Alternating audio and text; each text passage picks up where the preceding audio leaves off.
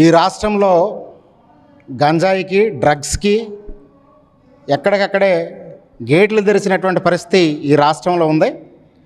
ముఖ్యంగా ఈరోజు యువత అంతా కూడా చెడు వ్యసనాల వైపు, చెడు మార్గాల వైపు ప్రయాణం చేయడం కోసం అనేక దారులు తెరిచినటువంటి పరిస్థితి ఈ రాష్ట్రంలో కనపడుతూ ఉంది. ఈ రాష్ట్ర ముఖ్యమంత్రిగా ఉన్నటువంటి నారా చంద్రబాబు నాయుడు గారు బహిరంగ సభల్లో గత ప్రభుత్వం ఏదైతే తప్పిదాలు చేసిందో, ఈ రాష్ట్రంలో విచ్చలవిడిగా డ్రగ్స్ గంజాయిని ఏదైతే సరఫరా చేసిందో అటువంటి ఎక్కడ కూడా లేకుండా మేము గంజాయి డ్రగ్స్ రహిత ఆంధ్రప్రదేశ్ రాష్ట్రంగా మారుస్తామని చెప్పేసి ఆ రోజు చెప్పడం జరిగింది. కానీ ఈరోజు చూస్తే పట్టణాల నుండి పల్లెటూర్ల వరకు ఈరోజు గంజాయి విపరీతంగా సప్లై జరుగుతూ ఉంది. దాంట్లో ముఖ్యంగా నిరుద్యోగి యువతే దాన్ని ఆసరాగా చేసుకొని ఉద్యోగ అవకాశాలు లేక ఈరోజు చెడు మార్గాల వైపు పోతున్నటువంటి పరిస్థితి కనపడుతూ ఉంది. మరి ఈ రాష్ట్రంలో ఉన్నటువంటి కూటమి ప్రభుత్వంలో ఉన్నటువంటి విద్యాశాఖ మంత్రి గారు కానీ, హోంమంత్రి గారు కానీ, ఇతర మంత్రులు కానీ ఎక్కడ ప్రెస్ మీట్లు పెట్టినా బ్రహ్మాండంగా ఈ గంజాయి డ్రగ్స్ గురించి మాట్లాడుతూ ఉన్నారు. నిజంగా నిన్న ఒక పార్లమెంటు మెంబర్ ఆయన డ్రగ్స్లో దొరికారని చెప్పేసి వచ్చినటువంటి వార్త అన్ని ఛానల్లో, అన్ని పత్రికల్లో, అన్నిట్లో వచ్చింది.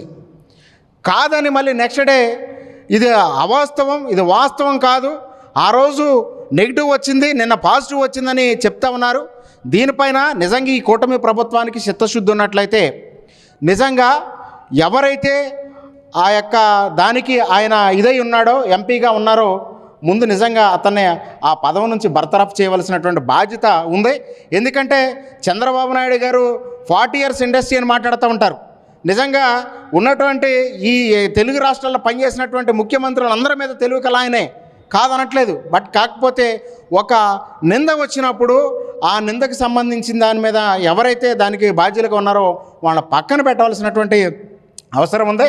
మరి తెల్లారైతే మా అమ్మ అనితమ్మ గారు మాట్లాడతారు, హోమ్ మినిస్టర్ గారు, అసలు బ్రహ్మాండంగా మాది సుపరిపాలన బ్రహ్మాండంగా మేము చేస్తున్నామని చెప్పి మాట్లాడతారు. మరి ఎక్కడ చూసినా ఈరోజు టోల్గేట్ల దగ్గర 100 kgs గంజాయి దొరుకుతూ ఉంది. ఈరోజు కూరగాయలు వ్యానుల్లో కానీ, తర్వాత పశువులను తరలించే వ్యానుల్లో కానీ, తర్వాత గూడ్స్ వ్యాన్లో కానీ ఎక్కడ చూసినా విచ్చలవిడిగా ఈరోజు ఈ రాష్ట్రంలో గంజాయి దొరుకుతున్నటువంటి పరిస్థితి ఉంది. మరి ఈ అమ్మగారు, మా అక్క ఎందుకు మరి ఈ విషయంలో స్పందించట్లేదు? పోలీసు వ్యవస్థ చేసే పని వీళ్ళు ఎందుకు అడ్డుపడుతున్నారో అర్థం కానటువంటి పరిస్థితి ఈ రాష్ట్రంలో కనబడుతూ ఉంది.